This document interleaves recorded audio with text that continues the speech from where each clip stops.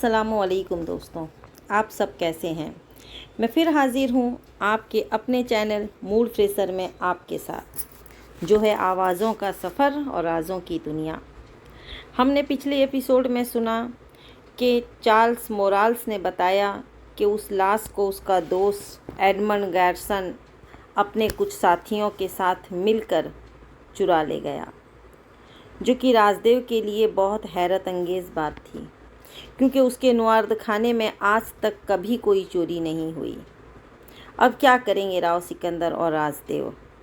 तो सुनते हैं तिलिस्मिज़ादी की एक और दिलचस्प एपिसोड।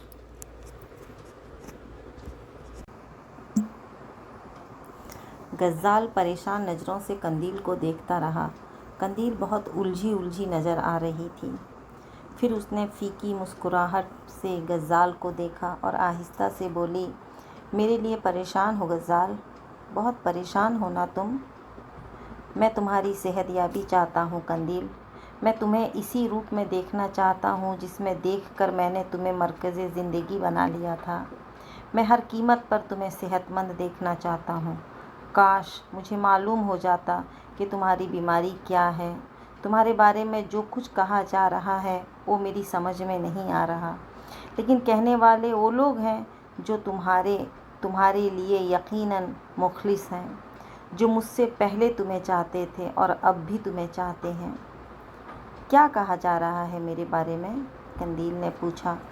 न जाने क्या कहते हैं वो तुम्हारे बारे में।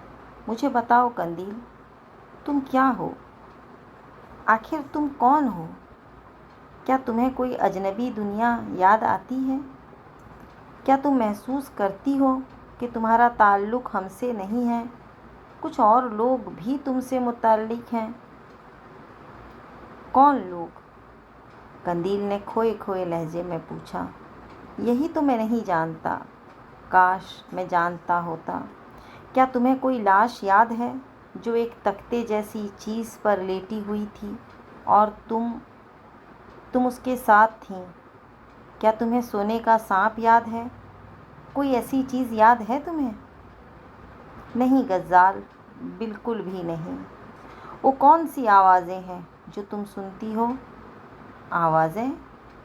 हाँ, क्या कहती हैं वो आवाज़ें तुमसे और तुम उनसे गुफ्तगू करती हो? सांपुराया क्या है? मुझे बताओ कंदील। आलमे होश में मुझे बस एक बार सब कुछ बता दो, उसके बाद मेरी ज़िम्मेदारी, मैं सब ठीक कर दूँगा। कंदील खामोशी से गज़्ज़ाल को देखती रही। फिर उसने कहा, मुझे ज़रूर कुछ हो गया है गज़्ज़ाल। मेरी कैफियत कुछ अजीब सी है। ये दुनिया मुझे बहुत अच्छी लगती है गज़्ज़ाल। तुम मेरे महबूब हो। तुम्हारे साथ हयात की आखिरी मंजिल तक का सफ़र मेरे दिल की सबसे बड़ी आरज़ू है। लेकिन मेरे दिमाग का एक दरवाज़ा बंद है। इस बंद दरवाजे के पीछे कुछ है गज़्ज़ाल। मैं अपने जहन के एक एक खलिए को टटोल चुकी हूँ। मुझे अपने वजूद के ज़र्रे ज़र्रे से वाकिफ़ियत है, लेकिन वो एक दरवाज़ा बंद है। उस बंद दरवाज़े के दूसरी तरफ क्या है गज़्ज़ाल? तुम मेरे जहन का ये चोर दरवाज़ा खोल दो, बस ये दरवाज़ा खोल दो। मैं दूसरी तरफ देखना चाहती हूँ। मेरे दिल में प्यास है। तुम्हारी इस हसीन दुनिया के हर मंज़र से मुझे प्यार है, लेकिन मेरी रूह में एक तसनगी है, एक कसक है। तुम एक ऐसे इंसान का तसव्वुर कर सकते हो जो भूखा हो और फिर उसके सामने अनवाओ अक़साम के खाने सजा दिए जाएं, वो शिकम शेर होकर खाए, उसका मादा पुर हो जाए लेकिन भूख ना मिटे, उसे अपना वजूद खाली खाली मालूम हो। इन आवाज़ों का क्या मफ़हूम है कंदील? मफ़हूम? कंदील जहन पर ज़ोर डालने लगी। फिर बोली, वो मुझे कुछ याद दिलाती हैं। वो बहुत नर्म होती हैं, सूज़ होता है उनमें, और गज़्ज़ाल वो मुझे अपनी अपनी लगती हैं। यूँ महसूस होता है जैसे वो मुझसे बिछड़ गई हों। वो मेरी गुमशुदा दुनिया हो। वहाँ वो हैं जो मुझे खो बैठे हैं और मुझे पुकारते हैं। وہ مجھے آوازیں دیتے ہیں۔ وہ کون ہے غزال؟ میں کون ہوں؟ کیا میں تم میں سے نہیں ہوں؟ غزال سرد نگاہوں سے اسے دیکھتا رہا، پھر اس نے آہستہ سے کہا، تم جو کچھ بھی ہو قندیل، لیکن صرف میری ہو، صرف میری۔ اگر تمہاری کوئی دنیا ہے تو میری بھی ایک کائنات ہے۔ وقت اگر مجھ سے امتحان چاہتا ہے تو میں نے امتحانوں سے کبھی نہیں منہ موڑا۔ تمہارے لیے جنگ کروں گا اور تمہیں حاصل کروں گا۔ میں تمہارے وجود کا ہر دروازہ کھول دوں گا، تمہیں ہر شے سے روشناس کرا دوں گا اور اس کے بعد تمہیں آواز دوں گا۔ پھر یہ آواز تمہارے دل کے دریچوں سے طوفان کی کڑک بن کر ٹکرائے گی اور تم کہو گی، سامپورایا آمورایا آمورایا۔ تم کہو گی، میں آ رہی ہوں غزال، میں آ رہی ہوں۔ غزال کا لہجہ بے حد عجیب ہو گیا۔ قندیل محبت بھری نظروں سے غزال کو دیکھ رہی تھی، پھر اس نے ایک ٹھنڈی سانس لے کر کہا، اگر یہ سب کچھ نہ ہوتا غزال تو کتنا اچھا ہوتا، ہم دونوں۔ دیر تک غزال قندیل سے باتیں کرتا رہا۔ دوسرے دن دوپہر کے بعد پروفیسر غوری اور بھرت چندر رازدیو کی حویلی پہنچ گئے۔ وہ دونوں بھی تعجب میں تھے اور اس سلسلے میں تفصیلی گفتگو کرنا چاہتے تھے۔ پروفیسر غوری نے کہا، رازدیو جی، آپ نے ہمیں اس لاش وغیرہ کے بارے میں تفصیل تو بتائی تھی، لیکن ہمارے وہم و گمان میں بھی یہ بات نہیں تھی کہ بہت ہی مختصر وقت میں یہ ایک عجیب کیفیت اختیار کر جائے گی۔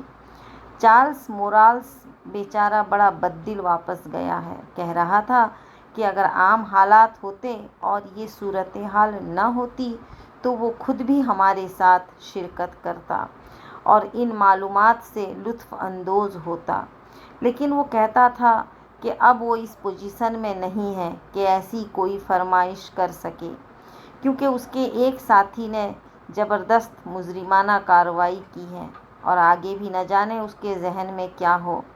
لیکن رازدیو جی، میں اور بھرت چندر اس موضوع پر بہت دیر تک گفتگو کرتے رہے ہیں اور ہم نے اپنے طور پر سوچا کہ آپ سے معلومات حاصل کریں کہ آپ کا اس سلسلے میں کیا پروگرام ہے۔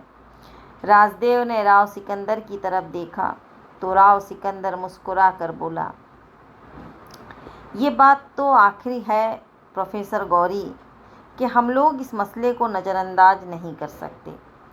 ابتدا میں ہم نے اس کہانی کو مکمل طور پر راز میں رکھا تھا، بلکہ آپ کو شاید اس بات پر حیرت ہو کہ قندیل کے بارے میں میری بیوی تک نہیں جانتی کہ اس کی شخصیت میں ایسی کوئی انوکھی بات پوشیدہ ہے۔ لیکن اب وقت کا کیا کیا جائے، جس نے یہ راز خود بخود کھول دیا ہے۔ بلا شبہ طویل عرصے قبل اپنی مہمات کا یہ سلسلہ ترک کر چکے ہیں اور شاید اپنی مصروفیات کی وجہ سے دوبارہ اب کبھی اس طرف راغب نہ ہوتے، لیکن حالات نے ہمارا دامن نہیں چھوڑا اور مجبور کر دیا ہے کہ ایک بار پھر کمر بستہ ہو جائیں۔ بہرطور ہمارا یہ فیصلہ ہے کہ ہم گونڈا سوبارا کے جنگلات میں پھر سے جائیں گے اور اس اسرار کا سراغ لگائیں گے۔ تو کیا آپ لوگوں نے یہ طے کر لیا ہے کون کون وہاں جا رہا ہے اور کیا طریقہ کار اختیار کیا جائے گا؟ ابھی تک نہیں پروفیسر غوری، اگر آپ کے ذہن میں یہ تصور ہے کہ آپ بھی ہماری اس مہم میں شریک ہو جائیں تو سب سے پہلے میں آپ کو اور بھرت چندر جی کو دعوت دیتا ہوں کہ آپ ہماری اس مہم میں شرکت کریں، بشرطے کہ آپ کے اپنے دل میں بھی یہ بات ہو اور آپ کے حالات آپ کو اس کی اجازت دیں۔ پروفیسر غوری مسکرا دیا، پھر اس نے کہا، حقیقت یہی تھی راؤ سکندر جی کہ ہم دونوں بھی ان واقعات سے بے حد متاثر ہیں اور ہماری دلی خواہش تھی کہ ہم آپ سے اس کی فرمائش کریں۔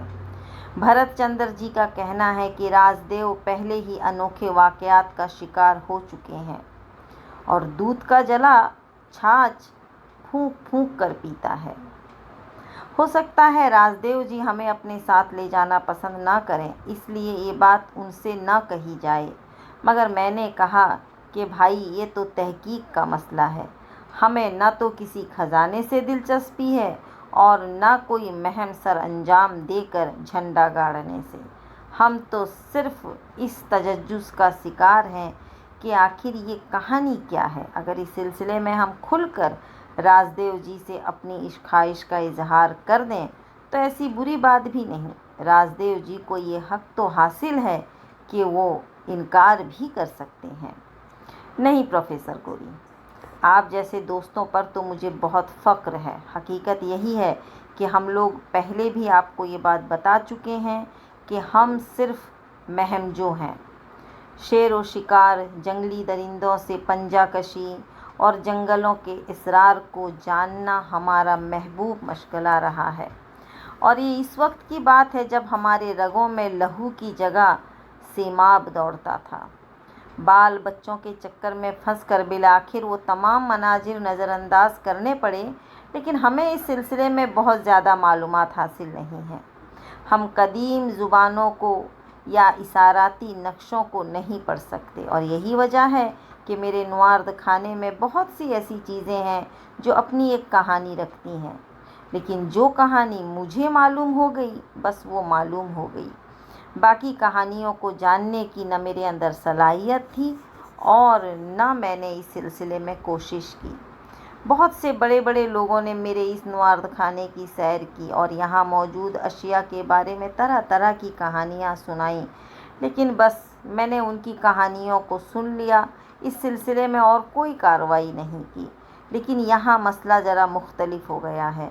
बिलाखिर हमारी रगों में दौड़ने वाला खून चैलेंज पसंद है, और उस शख्स एडमंड गार्सा ने हमें उसके लिए मजबूर कर दिया कि हम एक बार फिर अपनी जवानी को आवाज़ दे लें। चुनांचे हमें फ़ैसला कर चुके हैं कि वहाँ जाएंगे। हो सकता है एडमंड गार्सा से भी मुलाकात हो जाए, और इस मुलाकात के लिए हमें पूरी तैयारी करनी होगी।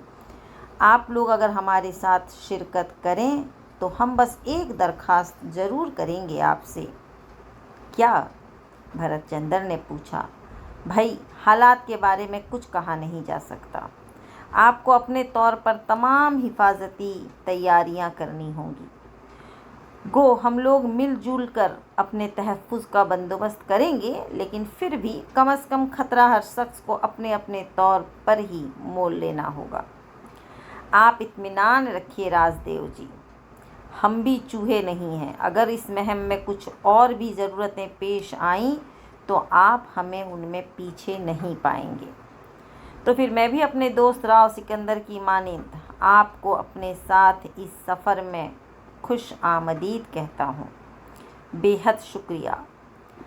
वो मुश्किल आप लोगों ने हल कर दी जिसका हल हम तलाश कर रहे थे, प्रोफेसर गौरी ने कहा। तो मेरा ख़याल है प्रोफेसर, फिर इस सिलसिले में एक फ़ाइनल मीटिंग हो जाए, क्योंकि तैयारियों में भी वक्त लगेगा।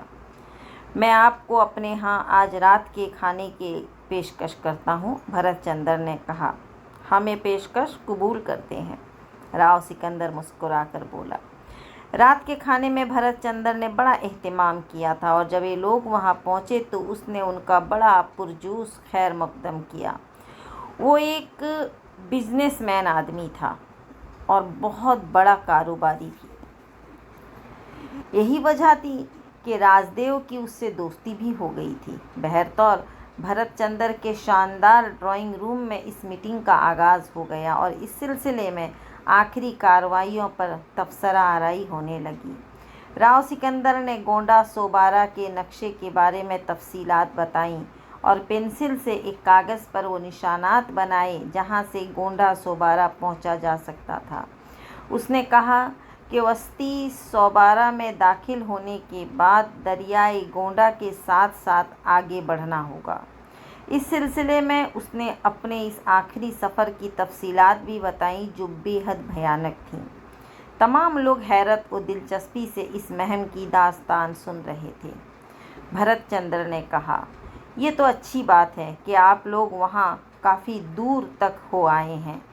ज़रा ये तो बताइए कि क्या वहाँ जीप गाड़ियों से सफ़र किया जा सकता है। मेरा मतलब है कि हम एक पुरसुकून सफ़र के लिए बेहतर बंदोबस्त क्यों ना करें।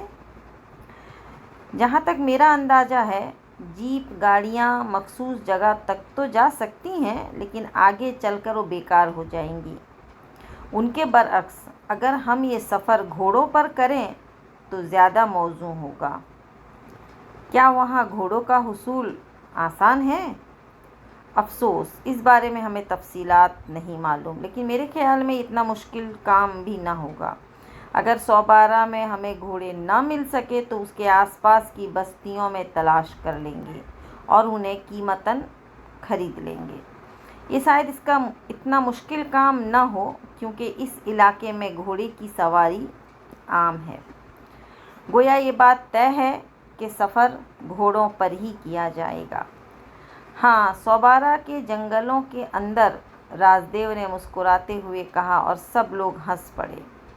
इस सफ़र के लिए हमें क्या क्या ज़रूरतें पेश आएंगी, हमें क्या क्या इंतज़ामात करना होंगे। ज़रूरियात ज़िंदगी की वो चीज़ें जो ऐसे सफ़र में काम आ सकती हैं, पहले की बात दूसरी थी। बाज़ औक़ात तो हम दोनों दोस्त इस तरह बेसरो सामानी की हालत में निकल पड़ते थे कि राइफ़लों के अलावा हमारे पास कुछ भी नहीं होता था। लेकिन इस बार सूरत हाल ज़रा मुख्तलिफ है। एक तो ये टोली जवानों की टोली नहीं है, और हमें अपनी उम्र को भी जहन में रखना होगा। चुनांचे कुछ ऐसी चीज़ें हमें ज़रूर साथ लेना होंगी जो हमारे लिए आराम भी मुहैया कर सकें। नंबर 2, मैं ख़ास तौर से एडमंड गार्सा की तरफ तवज्जो दिलाना चाहता हूँ। जो शख्स अपने मकसद के हुसूल के लिए एक ज़िंदगी ले सकता है, वो अपने मकसद में मुदाखलत पर मुजीद मुजरिमाना कार्रवाई भी कर सकता है। चुनांचे खुसूसी तौर पर हमें इस्लाह की जानिब तवज्जो देना पड़ेगी। हमारे पास बेहतरीन इस्लाह होना चाहिए ताकि किसी भी ख़तरनाक वक्त से हम निपट सकें। मैं उसकी तायीद करता हूँ, कर्नल फ़िरोज़ ने कहा। आप तो यकीनन इसकी तायीद करेंगे कर्नल, क्योंकि आपको अपनी पुरानी ज़िंदगी याद आ गई होगी। वैसे भी हम ये महम कर्नल की निगरानी में सरअंजाम देंगे, और कर्नल हमारी इस टीम के सरबराह होंगे, राजदेव ने कहा। अरे नहीं भाई, ये कोई फ़ौजी महम होती तो मैं ज़रूर इस सिलसिले में आपकी रहनुमाई करता, लेकिन जंगल की इस महम में तो 2 तजुर्बेकार शिकारी मौजूद हैं। मेरी भला क्या गुंजाइश, कर्नल फ़िरोज़ ने हंसते हुए कहा। खैर, ये मसला तय हो जाएगा, ये कोई अहम बात नहीं है। इस सिलसिले में कोई और अहम बात या कोई और नुक्ता? सबसे अहम, कर्नल फ़िरोज़ ने कहा, और सब चौंक कर उसे देखने लगे। कर्नल ने मुस्कुराते हुए कहा, हम सिर्फ एक महम पर नहीं जा रहे। इस इलाके में दाखिल होकर हम इस इसरार को तलाश करेंगे जिसका ताल्लुक़ इस लाश और कंदील से है।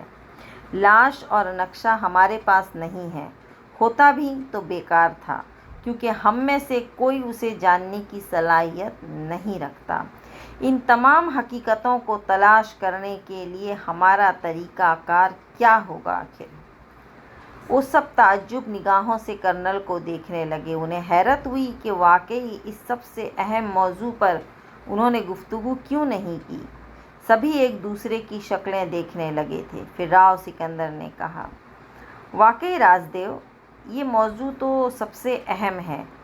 न जाने क्यों हमने अभी तक इस पर तवज्जो नहीं दी।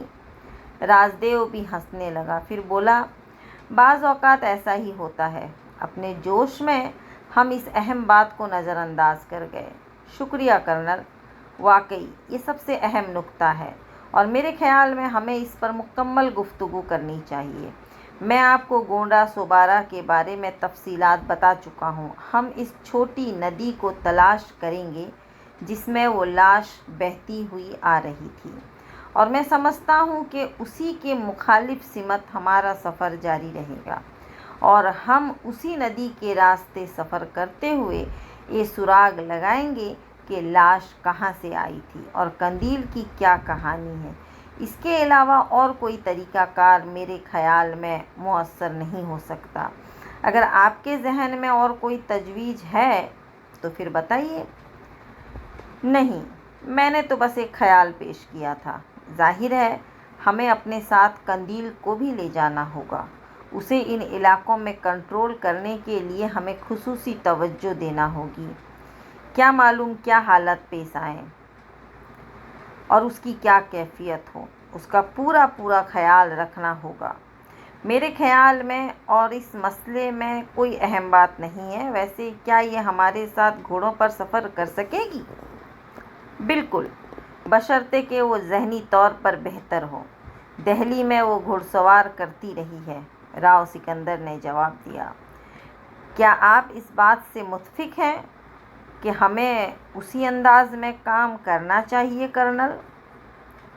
بالکل، جب ہمارے پاس اور کوئی ذریعہ نہیں ہے تو پھر ہم اس ندی ہی کو رہبر بنائیں گے۔ میرے خیال میں یہ موضوع یہاں ختم ہو جانا چاہیے۔ رہی بات اس نقشے کی جو ایڈمنڈ گارسا کے پاس ہے، تو ہمیں اس نقشے سے کوئی سروکار نہیں ہے، کرنل فیروز نے جواب دیا۔ اس کے بعد دیر تک اس موضوع پر گفتگو ہوتی رہی اور پھر جب کوئی مجید موضوع نہ رہا تو وہ اپنی جگہ سے اٹھ گئے۔ یہ طے پا گیا تھا کہ راؤ سکندر اور کرنل فیروز دہلی واپس چلے جائیں گے۔ غزال اور قندیل کو یہیں چھوڑ دیا جائے گا تاکہ غزال قندیل کی نگرانی کرتا رہے۔ راجدیو، پروفیسر غوری اور بھرت چندر جی انتظامات کریں گے۔ پھر یہاں سے یعنی الہ آباد سے سفر کا آغاز کر دیا جائے گا۔ اس کے لیے بھی راستے متعین کر لیے گئے تھے۔ الہ آباد سے جھانسی پہنچنا ہوگا اور جھانسی سے رستوریا کے بعد سوبارہ کی طرف رخ کیا جا سکتا ہے، اور اس سلسلے میں کیا کیا طریقہ سفر ہوں گے اس کا بھی تعین کر لیا گیا تھا۔ قندیل کی حالت مسلسل بہتر تھی۔ دہلی کی نسبت یہاں وہ بے حد پرسکون نظر آتی تھی۔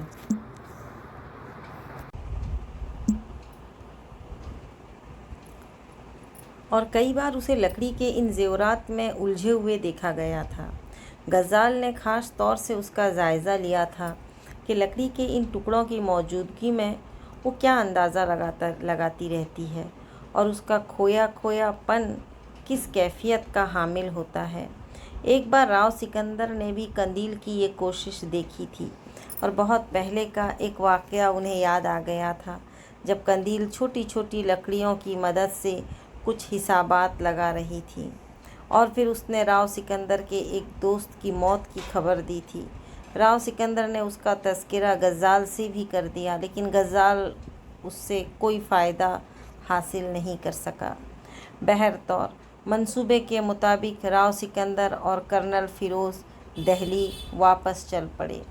راستے میں وہ اسی موضوع پر گفتگو کرتے رہے تھے، اور کرنل فیروز نے اپنے فوجی تجربات کی بنا پر راؤ سکندر سے کہا تھا کہ بہت زیادہ محتاط رہنے کی ضرورت ہوگی، خاص طور سے اس شکل میں کہ اس مہم میں ان کا واسطہ ایک دشمن سے بھی ہوگا جو اپنے طور پر کامیابی حاصل کرنے کی کوشش کرے گا، اور جس نے اپنا موقف یہ اختیار کیا تھا کہ اگر وہ راؤ سکندر اور راجدیو سے مل کر یہ مہم سر انجام دے تو ہو سکتا ہے کہ اس کی پہنچ خزانے تک نہ ہو سکے کیونکہ اس کے وسائل محدود ہیں۔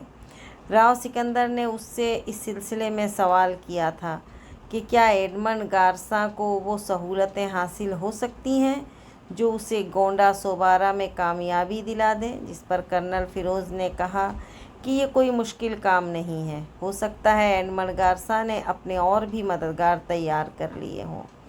بہرطور اس بات کے امکانات بھی موجود تھے کہ جو کچھ انہوں نے سوچا ہے اس شکل میں سامنے نہ آئے، لیکن احتیاط اولیت رکھتی ہے۔ بالآخر وہ دہلی پہنچ گئے۔ کرنل فیروز اپنی رہائش گاہ کی جانب چلے گئے اور راؤ سکندر نے اپنے گھر کا رخ کیا۔ یہاں کے معاملات میں کوئی خاص بات نہیں تھی، سب کچھ پرسکون چل رہا تھا، البتہ ستوت قندیل کے لیے مضطرب تھی۔ راؤ سکندر کو تنہا دیکھ کر وہ بے چینی سے بولی، کیا ہوا؟ قندیل کہاں ہے؟ راؤ سکندر کے ہونٹوں پر مسکراہٹ پھیل گئی۔ انہوں نے کہا، قندیل کو میں الہ آباد میں چھوڑ آیا ہوں، بہت بہتر حالت میں ہے۔ और इस दौरान उस पर कोई कैफियत नहीं तारी हुई। इलाहाबाद में बहुत से अहम डॉक्टरों ने उसका चेकअप किया और उसके मर्ज़ को एक ज़हनी मर्ज़ करार दिया। उनका कहना है कि ये मर्ज़ शदीद नौवेद का नहीं है, लेकिन अगर उसका सही इलाज ना किया जाए तो फिर मरीज़ के मुस्तकबिल पागल होने का ख़तरा होता है। उस मुअस्सर इलाज के लिए डॉक्टरों ने मशवरा दिया है कि उसे यूरोप ले जाया जाए और मैंने फ़ैसला कर लिया है कि मैं कुछ अरसे के लिए उसे लेकर यूरोप चला जाऊं। मैं भी चलूंगी, सुतूत ने कहा। नहीं सुतूत, मुमकिन नहीं है। बेहतर इलाज के लिए यकसुई ज़रूरी होती है और फिर यहाँ के मामलात के लिए भी तो कोई ना कोई निगरान होना चाहिए। मैं तुम पर पूरा एतमाद करता हूँ कि तुम यहाँ के हालात को काबू में रखोगी। जहाँ तक कंदील का मामला है तो तुम्हें इस बात से इत्मीनान कर लेना चाहिए कि अगर उसका सही इलाज हो जाए तो फिर उसमें कोई खामी नहीं रहेगी। मेरा तो ये ख़याल है कि तुम खुशी से मुझे इजाज़त दो कि मैं उसे इलाज के लिए यूरोप ले जाऊं और फिर इत्मीनान से उसका इलाज कराने के बाद वापस आऊँगा। सुतूत ने मासूमियत से कहा, अगर आप ये बेहतर समझते हैं तो फिर जैसा आप मुनासिब समझें, मुझे उसकी सेहत चाहिए। इस तरह राव सिकंदर ने खुश इसलूबी से सुतूत को भी मुस्तरब होने से बचा लिया और अपने गोंडा सोबारा जाने के सिलसिले में जवाज भी पैदा कर लिया। आमतौर से वो बीवी से झूठ बोलने के आदी नहीं थे, लेकिन इन हालात में सुतूत को कुछ हकीकतें बताई भी नहीं जा सकती थी। हाँ, ये वसवसा दिल में ज़रूर था कि अगर अपनी कोशिशों में वो कामयाब न हो सके और किसी तरह कंदील को हाथ से खोना पड़ गया तो उसके बाद सुतूत को संभालना मुश्किल काम हो जाएगा। लेकिन कंदील की ज़िंदगी के लिए भी तो ये ज़रूरी था कि वो इस राज से पर्दा उठा दें। दोनों तरफ खतरात थे, उधर कंदील की ज़िंदगी के लिए और इधर सुतूत के लिए। ये खतरात मोल लेने के अलावा चाराकार नहीं था। कर्नल फ़िरोज़ से उनकी मुलाकातें होती रहीं और इस सिलसिले में तमाम इंतज़ामात किए जाने लगे। फिर एक दिन वो सुतूत को बहुत सी तसल्लियाँ और हिदायतें देकर वापस इलाहाबाद चल पड़े। कर्नल फ़िरोज़ के चेहरे पर अजीब से तासरात थे। इन तासरात के बारे में उन्होंने रास्ते में बताया कि फ़ौजी ज़िंदगी से रिटायर होने के बाद उन्होंने फ़ैसला किया था कि अब तमाम वक्त पुरसुकून रहकर गुजारेंगे, लेकिन ये महम उनके लिए बड़ी दिलकशी की हामिल है क्योंकि एक बार फिर वो अपनी इसी ज़िंदगी को आवाज़ दे रहे हैं। राव सिकंदर भी मुस्कुरा दिया था। उसने कहा कि वो खुद अब इस तन आसानी की ज़िंदगी का आदी हो चुका है और नहीं कह सकता कि इस महम में वो अपनी पुरानी रिवायात किस अंदाज में बरकरार रख सकेगा। इलाहाबाद पहुँचे तो वहाँ कुछ ज़्यादा ही गहमा गहमी नज़र आई। राजदेव कर्नल फ़िरोज़ और राव सिकंदर से ज़्यादा पुरजोश था। उसने काफ़ी सामान इकट्ठा कर लिया था। प्रोफेसर गौरी और भरत चंद्र के बारे में उसने कहा कि प्रोफेसर तो इस सिलसिले में बिल्कुल ही बेचारे सीधे साधे इंसान साबित होंगे, लेकिन भरत चंद्र अपनी ज़िंदगी में खासी हंगामा खेजियाँ कर चुका है और वो दिन रात उनसे राब्ता कायम रखता है और तरह तरह की बातें करता है। गज़ाल ने बताया कि कंदील बिल्कुल पुरसुकून है और बस कभी कभी वो लकड़ियों के इन जेवरात में खो जाती है और कहती है कि वो उनमें अपना माजी तलाश कर रही है। ये कोई ऐसी बात नहीं थी जो बाइसे तशवीश होती। तमाम तैयारियां मुकम्मल हो चुकी थी और अब उन पर सफ़र सवार था। राजदेव ने भी अपने अहले ख़ानदान को हिदायत जारी की। बेचारे मुलाजिम की मौत का मसला कोई अहमियत नहीं रखता था और पुलिस ने खुद ही उसे ठीक ठाक कर लिया था। चुनांचे राजदेव के लिए कोई उलझन नहीं बन सकी थी। बिलाखिर वो झांसी के लिए चल पड़े। सफ़र बहुत खुशगवार था और सबसे दिलचस्प बात ये थी कि कंदील ने इन लोगों से मुकम्मल ताउन किया था। चूँकि इन दिनों वो होश व हवास के आलम में थी, इसलिए उसने सवाल किया था कि अब यहाँ से कहाँ जाया जा रहा है। गज़ाल चूँकि इस सिलसिले में सख्ती से हिदायत कर दी गई थी कि कंदील को उसके बारे में कुछ न बताया जाए। चुनांचे गज़ाल ने उससे यही कहा था कि उसकी सेहत याबी के लिए सब लोगों ने मुश्तरका मंसूबा बनाया है कि सैर व शिहात की जाए और जंगलों में शिकार खेला जाए। कंदील ने इसमें बहुत दिलचस्पी का इजहार किया था और अब दौरान सफ़र वो बहुत खुश नज़र आ रही थी। उसके चेहरे की लुटी हुई रौनकें वापस आ गई थीं। यूं भी इलाहाबाद पहुंचने के बाद उस पर कोई शदीद किस्म का दौरा नहीं पड़ा था, जिससे उसकी सेहत काफ़ी बेहतर होने लगी थी। बज़ाहिर ये सफ़र बहुत खुशगवार था और उसमें शरीक तमाम लोग बहुत मुतमईन थे, लेकिन उनमें से कोई भी जब उसके मकासद पर गौर करता तो उलझन का शिकार हो जाता। वो एक ऐसे नामालूम मकसद के लिए सफ़र कर रहे थे जिसका कोई निशान उनके पास न था। हकीकी तौर पर वो दावा नहीं कर सकते थे कि वो आगे चलकर क्या करेंगे। सिर्फ चंद मारूज़ात थीं जिनका सहारा लिया गया था, वरना कोई ठोस नुक्ता नहीं था जिसके तहत ये जदोजहद की जा रही हो। प्रोफेसर गौरी, भरत चंद्र, कर्नल फिरोज़ और गज़ाल बेचारे और भी ज़्यादा कमज़ोर पोजीशन रखते थे, क्योंकि उन्हें तो जो कुछ मालूम हुआ था राव सिकंदर और राजदेव की ज़ुबानी ही मालूम हुआ था। गज़ाल के बारे में तो खैर ये कहा जा सकता था कि दिल की लगी ने उसे मुस्तकबिल के तमाम अंदेशों से बेनियाज कर दिया था। उसके लिए बस इतना ही काफ़ी था कि जहाँ कंदील जा रही है वहीं वो भी जा रहा है, और उसके बाद जो कुछ होगा देखा जाएगा। लेकिन असल मसला इन बाकी तीनों हजरात का था। राजदेव ने मुस्कुराते हुए ये बात राव सिकंदर से कही। राव, क्या ये बेवकूफ़ों की एक पूरी टोली एक नामालूम तस्वुर लेकर नहीं चल पड़ी है? हम कैसे ये बात कह सकते हैं कि बग़ैर किसी निशान के हम कोई मंजिल पा लेंगे? मानता हूँ कि कंदील की शख्सियत पुरस्रार है। इस बात के भी इम्कानात हैं कि अपनी दुनिया में पहुँचने के बाद कंदील किसी शक्ल में हमारी रहनुमा बन सकती है। ये सिर्फ़ एक कहानी ही तो है। हो सकता है कि कंदील हमारी कोई मदद ना कर सके। ऐसी शक्ल में हम क्या करेंगे? राव सिकंदर बेअख्तियार मुस्कुरा पड़ा। फिर उसने कहा, राजदेव, सच्ची बात तो ये है कि मैं अब इस सफ़र के आगाज़ के बाद ये सारी बातें भूल चुका हूँ। यूँ लगता है ज़िंदगी काफ़ी साल पीछे चली गई हो और वही वक्त आ गया हो जब मैं और तुम अहमकों की तरह बैठकर इन जंगलों के बारे में सोचते थे जो हमारे कदमों की पहुँच से बाहर थे। हमें गुस्सा आता था कि हमारी आंखें उन्हें क्यों नहीं देख सकीं, और फिर हम उसी गुस्से के आलम में निकल खड़े होते थे और अपनी दानिस्त में दरख्तों की इस फ़ौज को तस्खीर करते हुए दूर तक निकल जाते थे। मुझे तो बस यूँ लगता है कि मैं इस दौर में दोबारा पहुँच गया हूँ।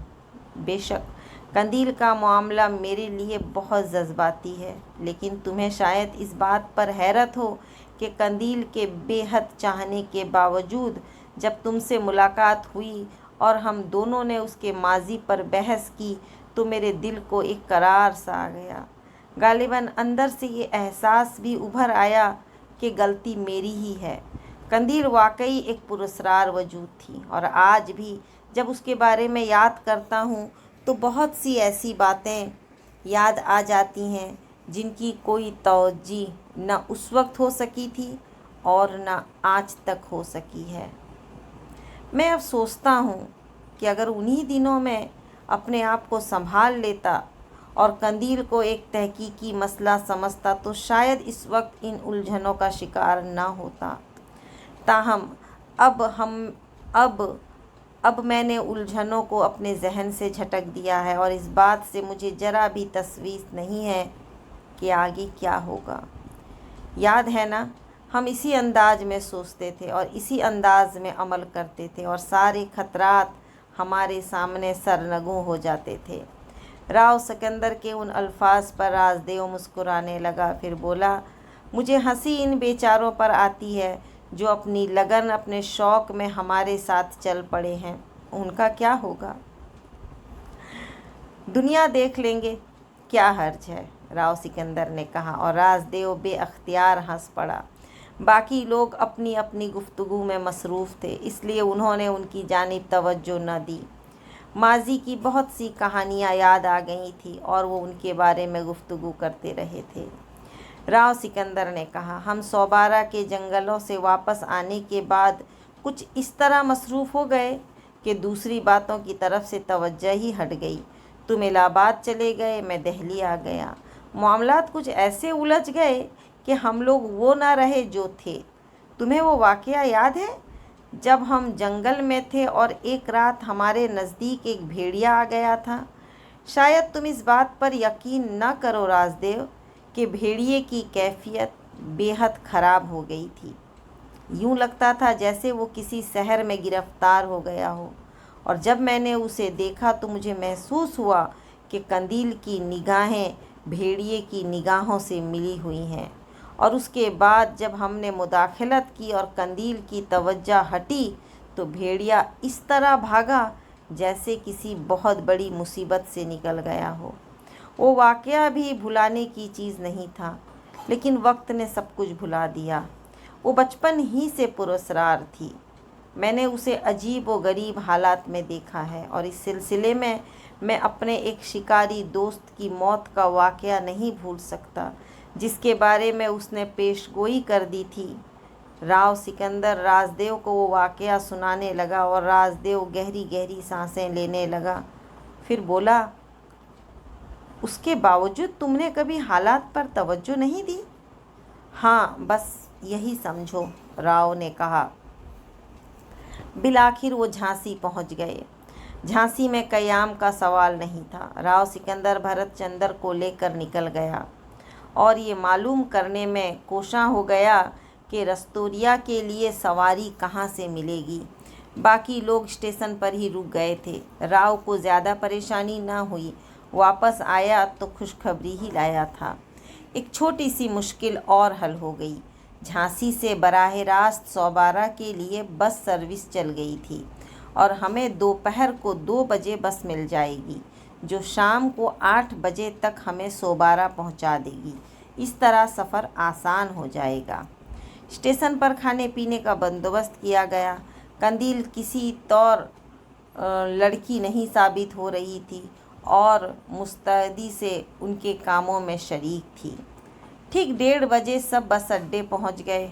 अलबत्ता बस को देखकर जान निकल गई थी। उसे बस से ज़्यादा बेबसी कहा जा सकता था। टूटी फूटी बोशीदा हाल कर्नल फिरोज़ ने बस ड्राइवर से पूछा, तुम्हें यकीन है कि ये सोबारा तक चली जाएगी?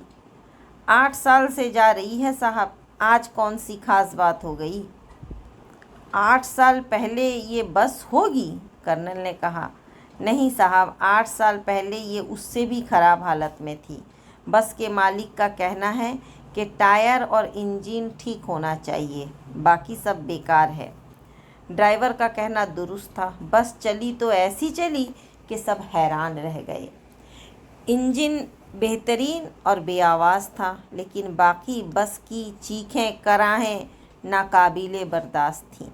तेज़ रफ्तारी से पूरी बॉडी हिचकोले खा रही थी और किसी भी मोड़ पर यूँ महसूस होता कि अब इंजन का बॉडी से रिश्ता टूट जाएगा और उसके साथ ही सफ़र करने वालों के हाथ पांव भी। 6 घंटे के इस सफ़र ने जो ओवरलिंग की थी वो यादगार थी। 6 घंटे के इस सफ़र ने जो शोर शराबा की थी वो यादगार थी। और जब वो चंद मध्यम रोशनियों के दरमियान बस से उतरे तो यूँ लगता था जैसे कायनात का सफ़र कर चुके हों।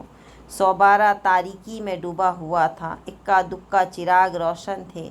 जहाँ बस रुकी थी वहाँ भी 2-4 आदमी नज़र आ रहे थे। किसी क़यामगाह के बारे में मालूमात हासिल की गई तो पता चला कि उसका कोई तस्वुर भी नहीं है। बस अड्डे पर एक सिमत टीन के कुछ शेड पड़े हुए थे जहाँ कुछ लोग बैठे हिसाब किताब कर रहे थे। उन्होंने खुशी से उन्हें शेड के नीचे रात गुजारने की इजाज़त दे दी। सामान के अंबार के दरमियान कंदील के लिए जगह बना दी गई। बाकी सब मर्द मैदान में थे।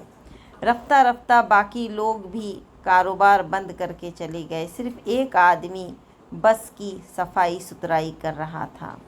112 में इस बस के अलावा और कोई इजाफा नहीं हुआ? राजदेव ने ठंडी सांस भरकर कहा। तुम्हें सिरातू याद है? राव सिकंदर ने पूछा। क्यों नहीं सर, राजदेव ने कहा और हंस पड़ा। हो सकता है यही हो। मेरे जहन में आया था सुबह को उसे तलाश करेंगे। मिल गया तो बड़े काम का साबित होगा। यकीनन। मेरे सामान में जो एक बड़ा होल्डाल नज़र आ रहा है, जानते हो उसमें क्या है? क्या है? पुराने कपड़ों के अंबार, नकली जेवरात, सिगरेटों के डब्बे वगैरह। मुझे माजी याद आ गया था और मैंने मकामी लोगों के लिए ये तोहफ़े भी साथ ले लिए थे।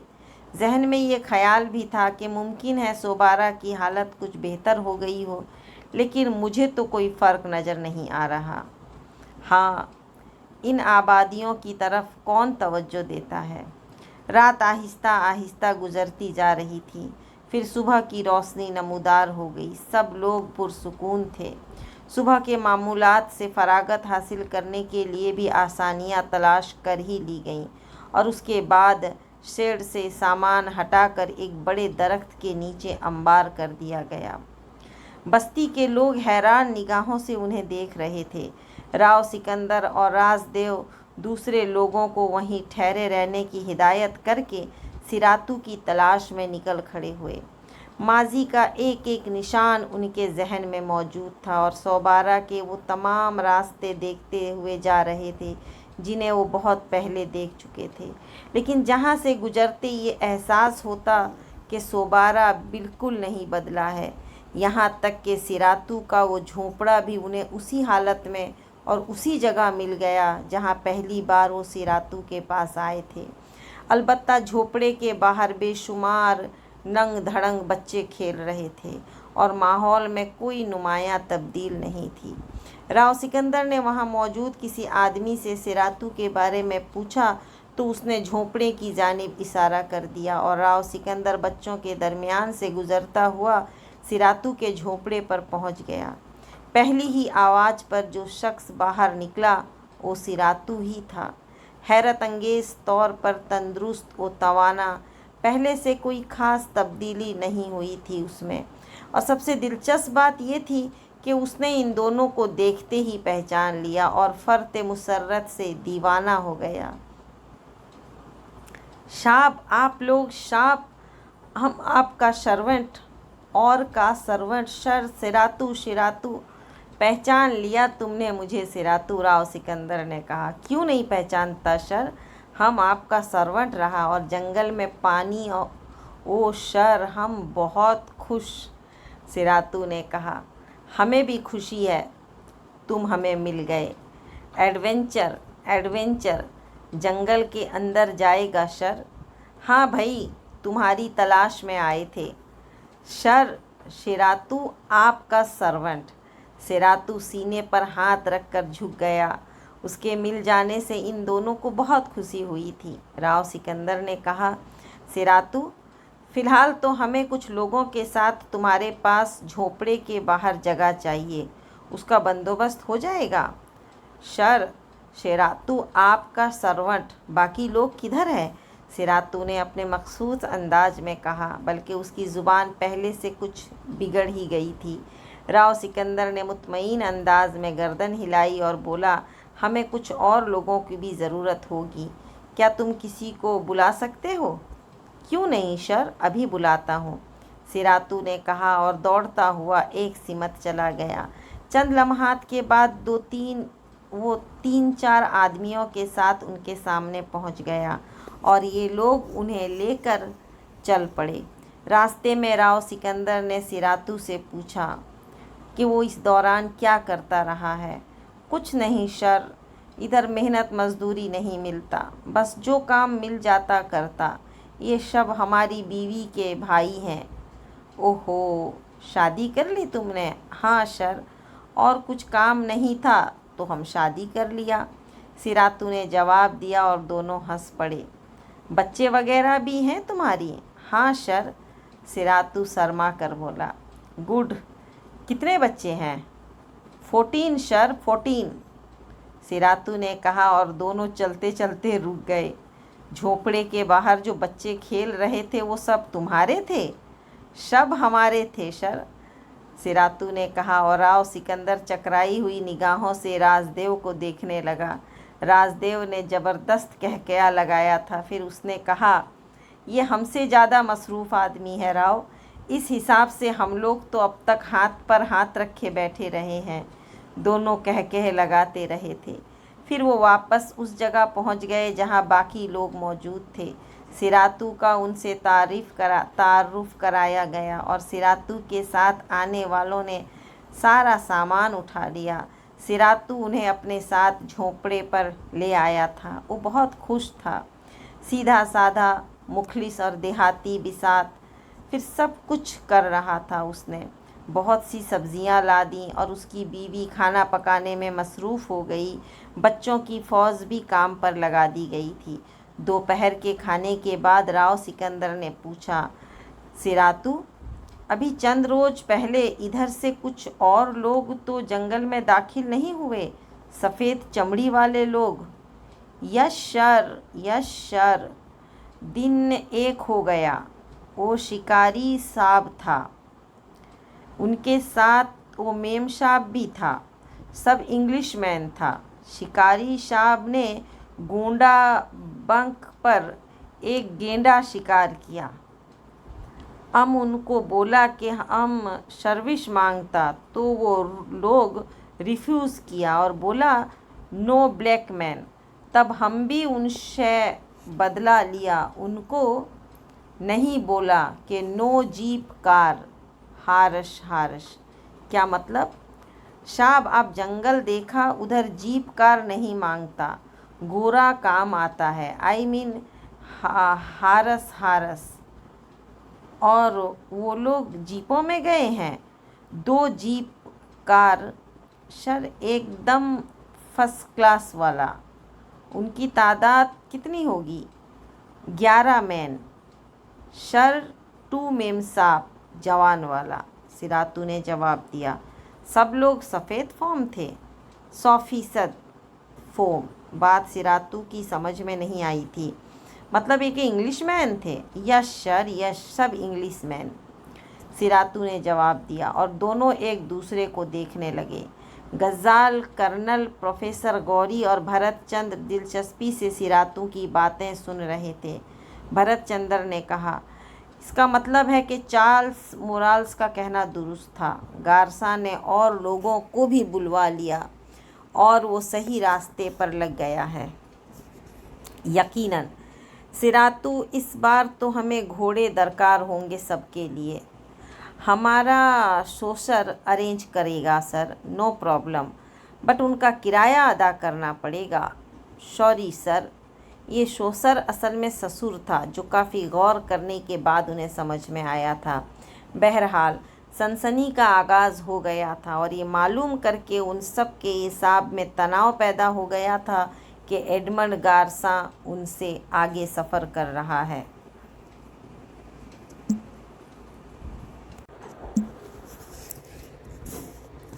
कर्नल फिरोज़, प्रोफेसर गौरी और दूसरे लोगों के लिए सिरातू की शख्सियत बहुत दिलचस्प थी। उसकी गुफ्तगू के अंदाज़ पर सबको हंसी आती थी, लेकिन उन्हें ये अंदाज़ा भी हो चुका था कि वो बड़ा कारआमद आदमी है।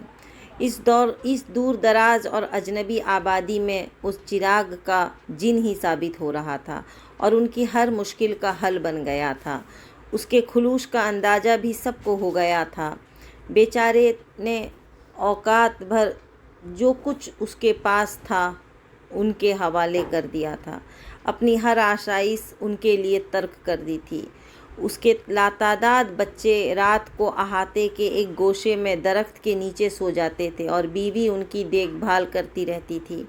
इसके अलावा औरत होने की हैसियत से वो कंदील की खुसूसी खिदमत गुजारी भी कर रही थी और कंदील उससे बहुत घुली मिली नज़र आ रही थी। बहुत मुख्तसर वक्त में वो सिरातू के गिरोदा हो गए थे।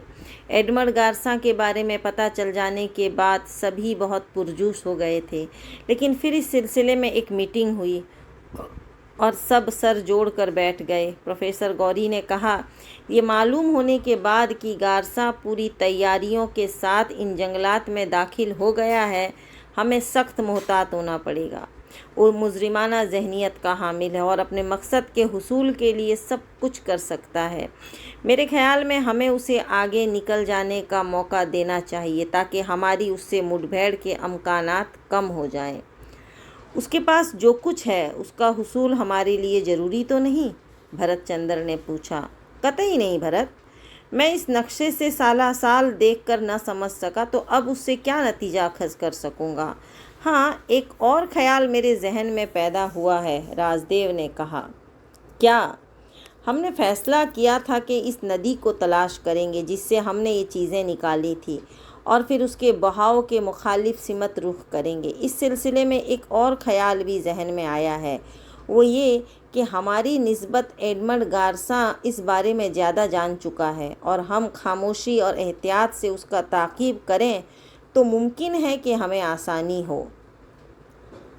لیکن خطرہ رہے گا، بھرت چندر نے کہا۔ یہ خطرہ تو مول لینا پڑے گا ہی۔ میرا خیال اس سے مختلف ہے راؤ سکندر نے کہا، اور سب اسے سوالیہ نظروں سے دیکھنے لگے کہ بے شک گارسا اس نقشے کی مدد سے ہم سے کچھ زیادہ معلوم کر چکا ہے، لیکن جو کچھ ہم نے دیکھا ہے وہ اس نے نہیں دیکھا۔ یہ لاش ہمیں ندی سے ملی تھی اور خود بخود وہ اس ندی تک نہ پہنچ گئی ہوگی، کہیں سے تو اس کا سفر کا آغاز ہوا ہوگا۔ ہمارے لیے وہ ندی زیادہ معاون ہے، اور صحیح معنوں میں ہمارا نقشہ وہی ہے۔ اگر گارسا ان راستوں پر مل جائے تو دوسری بات ہے، ورنہ ہم اپنا راستہ خود اختیار کریں گے۔ بات سمجھ میں آ رہی ہے؟ کرنل فیروز نے کہا۔